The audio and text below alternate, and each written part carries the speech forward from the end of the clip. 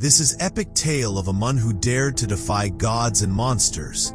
A man who sought not gold nor fleeting glory, but only the warmth of his hearth and the embrace of his wife. His name was Odysseus, king of Ithaca. When the Greeks won the Trojan War through the stratagem of the wooden horse, Odysseus, king of Ithaca, longed to sail home to his wife Penelope and son Telemachus.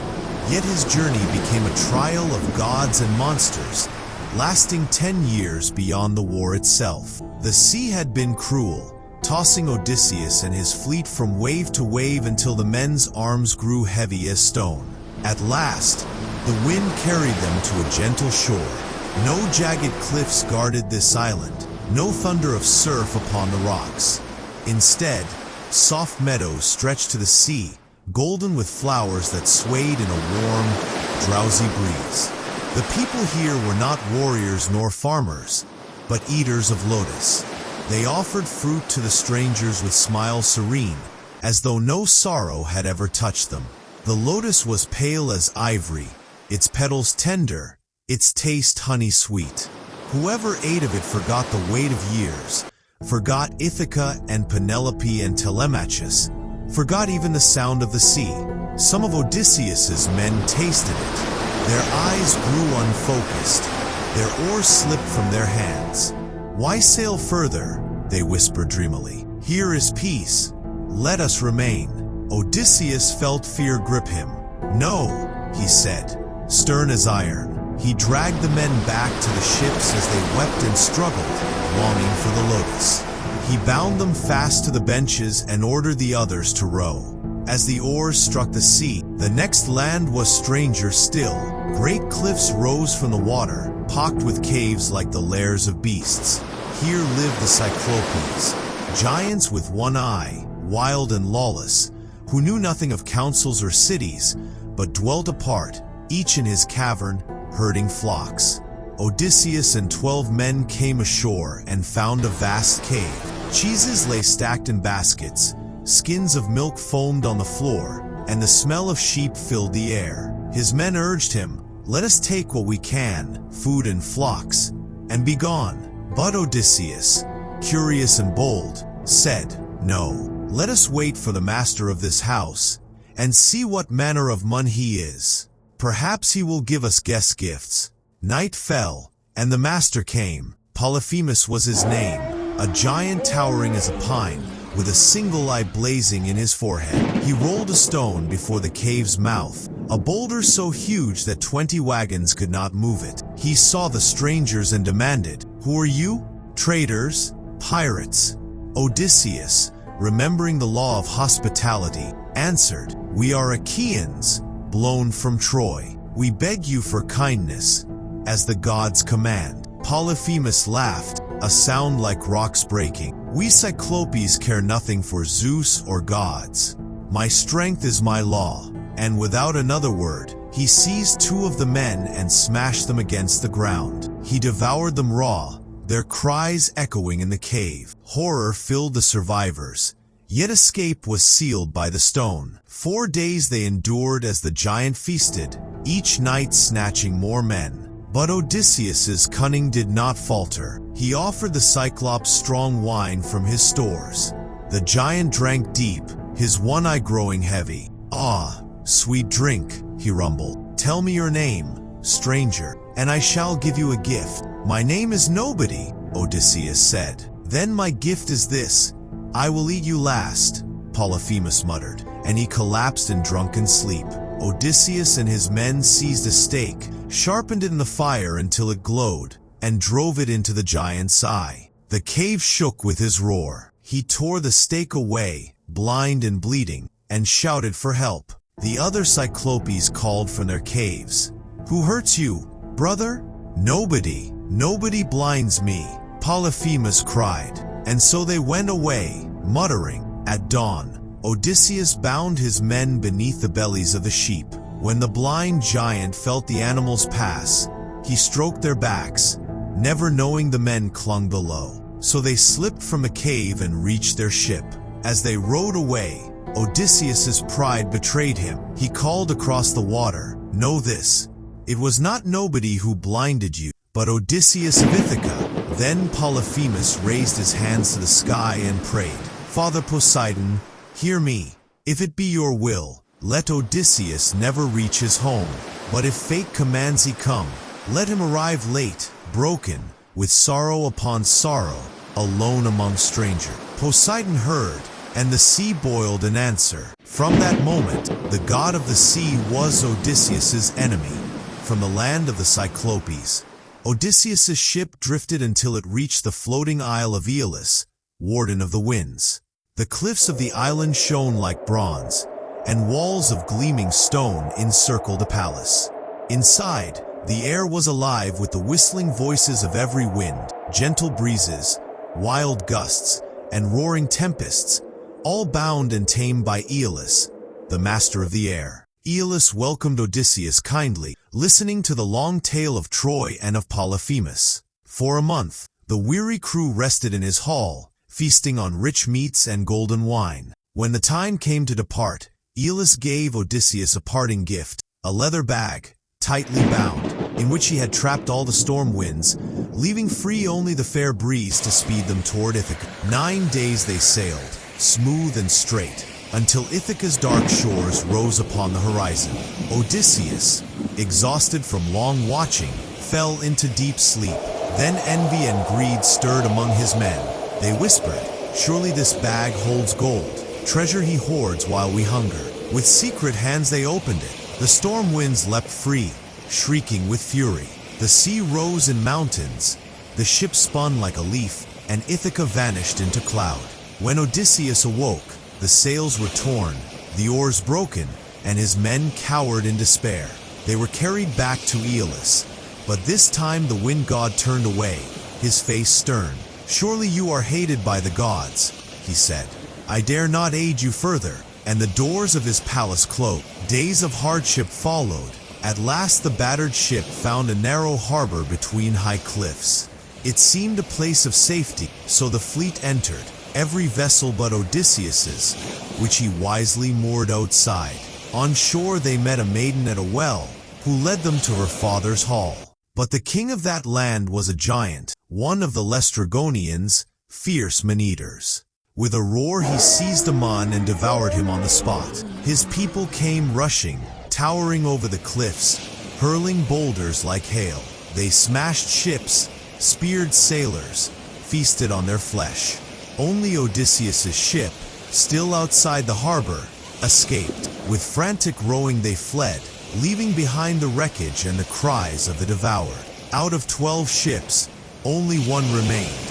Weary and broken, the survivors came to the isle of home of Circe. Her palace stood deep within a forest, its stones gleaming, its gates guarded by wolves and lions.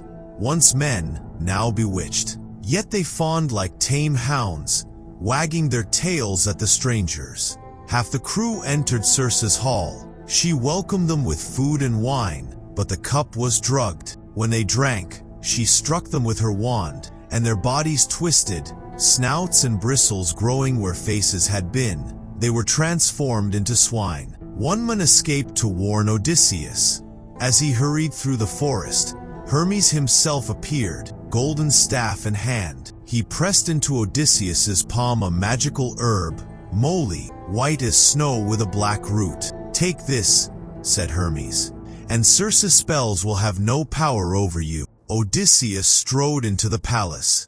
Circe offered him the cup, but the herb shielded him. When she struck with her wand, he did not change. Instead, he drew his sword, the steel flashing. Circe gasped and fell to her knees. "Spare me, Lord," she cried. "No treachery shall I work against you." She restored the men, who wept with joy to find their human forms again. Then Circe became their hostess, gentle and generous. They feasted in her hall, resting from toil, forgetting sorrow. A year they lingered, until Odysseus at last remembered Ithaca. When he begged leave, Circe gave counsel. "You cannot return home yet. First you must sail to the dark realm of Hades, and there seek Tiresias, the blind prophet, who alone can guide you." So Odysseus set sail to the ends of the earth, where night forever reigns. There he moored his ship and walked to the place Circe had told him of. He dug a trench in the ground, poured libations of milk, honey, and blood, and called upon the dead. From the darkness they came, shadows whispering, faces pale as mist. First came Tiresias, who drank of the blood and spoke, "Odysseus, man of many sorrows, you will suffer Poseidon's wrath. Yet you may still reach Ithaca, if you master your heart. Beware the cattle of the sun. If your men harm them, doom will fall." Others came, his mother, Anticlea, who told him of Ithaca's grief and of Penelope's tears. Agamemnon, warning him of treachery at home. Achilles, who confessed, "Better to live as a servant in sunlight than rule among the dead." The dead pressed closer, moaning, their hands reaching for him. Terror seized Odysseus, and he fled back to the ship, driving it once more into the world of the living. From the shores of the dead, Odysseus' ship returned to Circe's isle, where the goddess once again welcomed him. She gave him final counsel before he departed. Ahead lie perils no mortal should face. First, the sirens. Beware their song. None who hear it escape, for their voices promise knowledge sweeter than life itself. Stop your men's ears with wax, but if you yourself long to hear, have them bind you fast to the mast. So when the sea carried them close to that dreadful shore, Odysseus made ready. The sailors pressed beeswax into their ears, deaf to all sound, while he stood tall at the mast and let them bind him with ropes until he could not move. Then the sirens' voices came drifting over the waves, soft as wind through reeds, sweet as honey dripping from the comb. Invisible they sang, hidden among bones and rotting corpses of sailors who had come too close. "Odysseus, son of Laertes, great glory of the Achaeans," they cried. "Come, listen, and we shall tell you all things, of Troy, of the wide sea, of what waits in your future. No man leaves us without wisdom." Odysseus strained against his bonds, the song burning into his soul. Loose me, he shouted. But his men could not hear. They rowed on, faces set, eyes fixed forward. The ropes held tight, and at last the song faded into the distance. Odysseus slumped against the mast, spent but alive. But Circe had spoken true. Greater terrors lay ahead. The sea narrowed into a strait, and there Odysseus faced a cruel choice.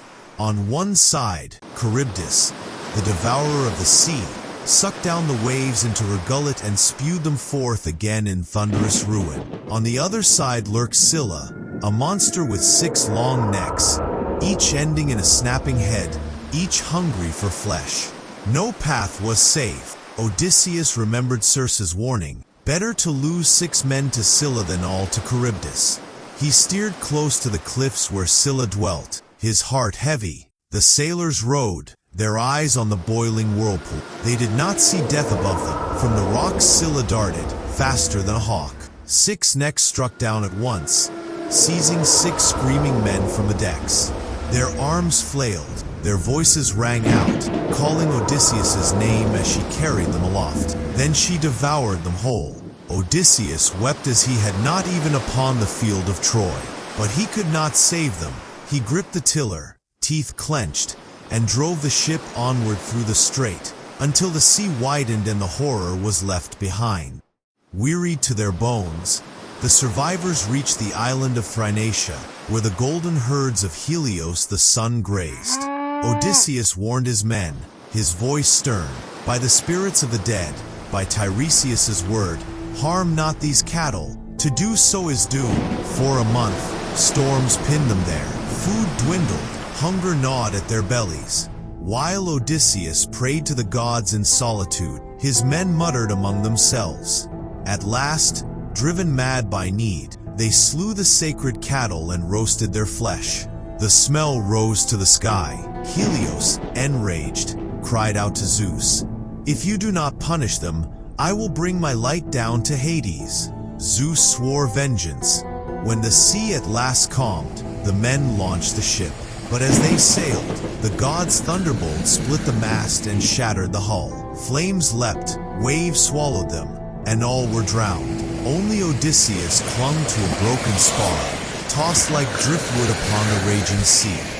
9 days he drifted, until at last the waves cast him upon a lonely shore, where tall trees shaded streams and caves. This was Ogygia, the isle of the nymph Calypso, fair as dawn.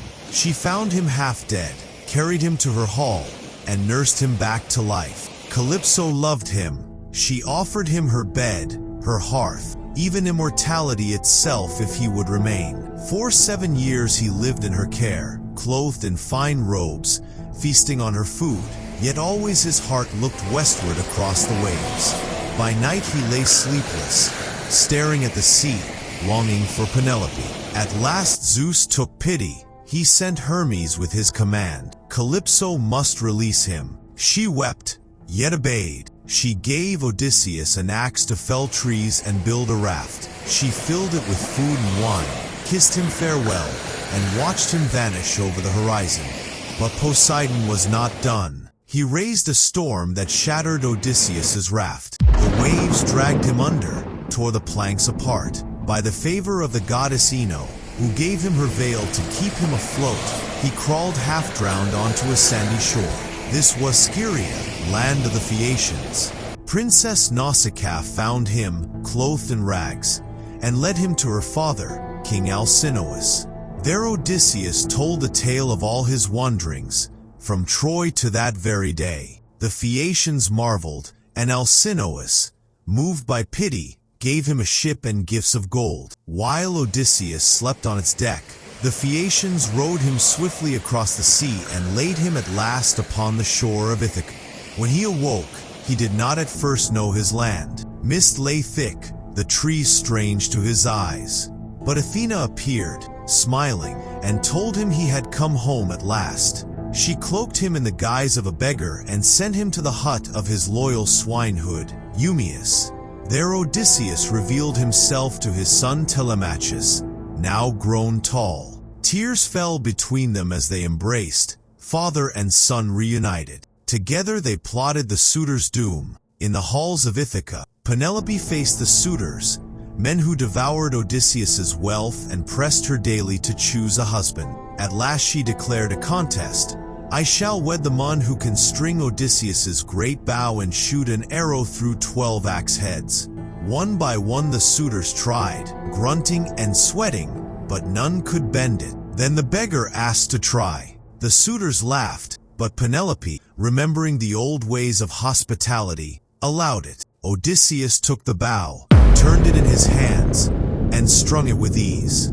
He set an arrow on the string and loosed it, straight through the line of axe heads. Then he cast aside his rags, stood revealed in his glory, and cried out, Dogs! You thought I would never return, but I am Odysseus of Ithaca. Terror filled the suitors. Odysseus's arrows fell swift as death, Telemachus by his side. Loyal servants joined them, and one by one the suitors fell, until the hall was silent but for the sound of blood dripping on the floor. When the slaughter was done, Odysseus at last stood before Penelope. She, cautious, tested him. If you are truly my husband, tell me of our bed. Odysseus smiled. Our bed is carved from a living olive tree, its roots sunk deep in the earth. None could move it. Then Penelope knew him, and all her grief melted away. They embraced. Their 20 years of sorrow ended. And so Odysseus, man of many sorrows, endured every trial and temptation, every storm and sorrow, until at last he came home to his throne, his wife, and his beloved Ithaca.